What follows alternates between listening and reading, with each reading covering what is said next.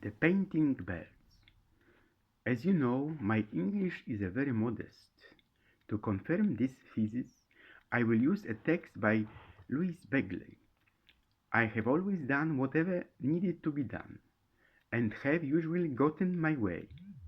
I think I am less self-assured when I write English than I would be if I were writing in my first language.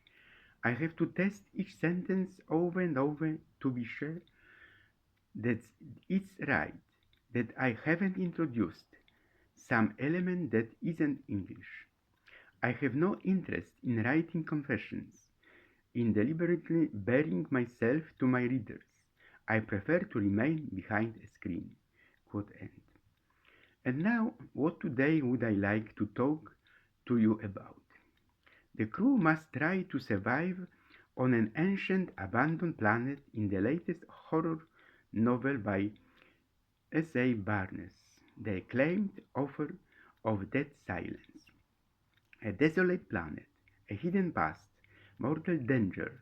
Psychologist Dr. Ophelia Bray has dedicated her life to the study and prevention of Eckhart-Reiser syndrome, ERS, the most famous case that led to the brutal murder of 29 people.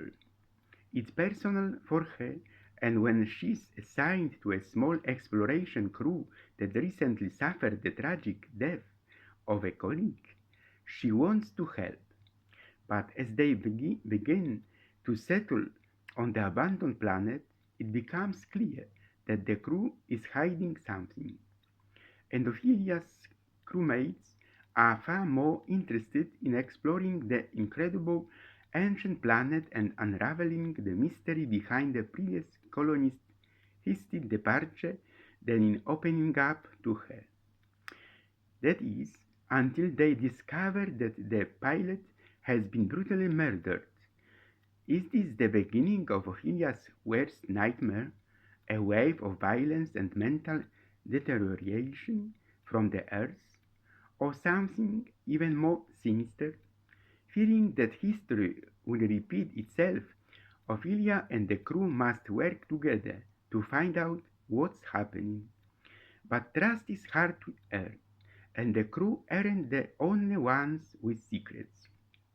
My dears, in 2 months, Poland will be electing a new president of its republic. Let's choose wisely this land. Bolesław Ostrowski died. He was the last Polish soldier fighting for Arnhem. In life, we make two great mistakes: remaining silent when we should speak and speaking when we should be silent.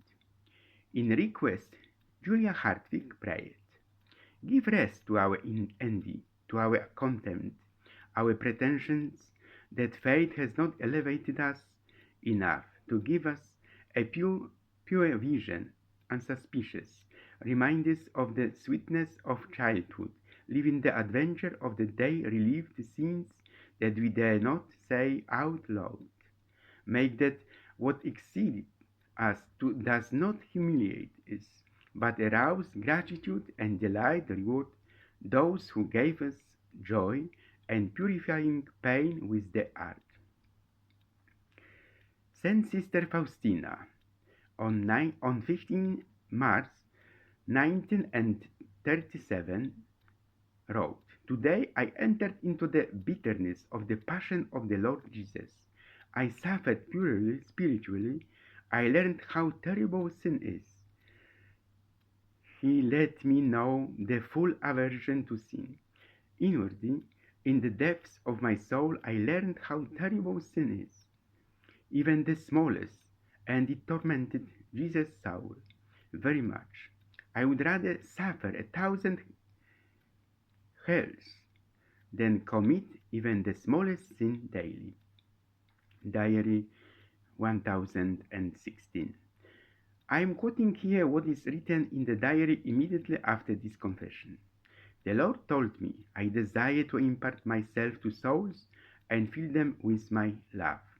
But there are few souls who would like to accept all the graces that my love has destined for them. My grace does not perish. If the soul for which it is destined does not accept it, another soul takes it.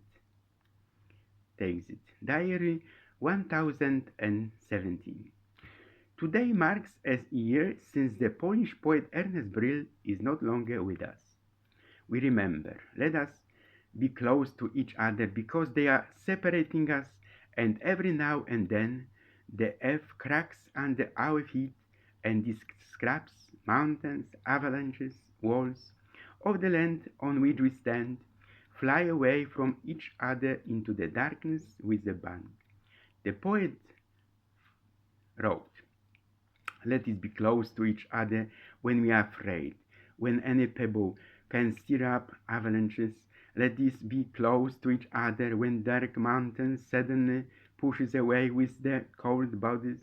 Let us be faithful to each other when walls grow, because there is as much of ourselves in it as the warmth that we will take from someone else, and the other will take from us and hide in himself.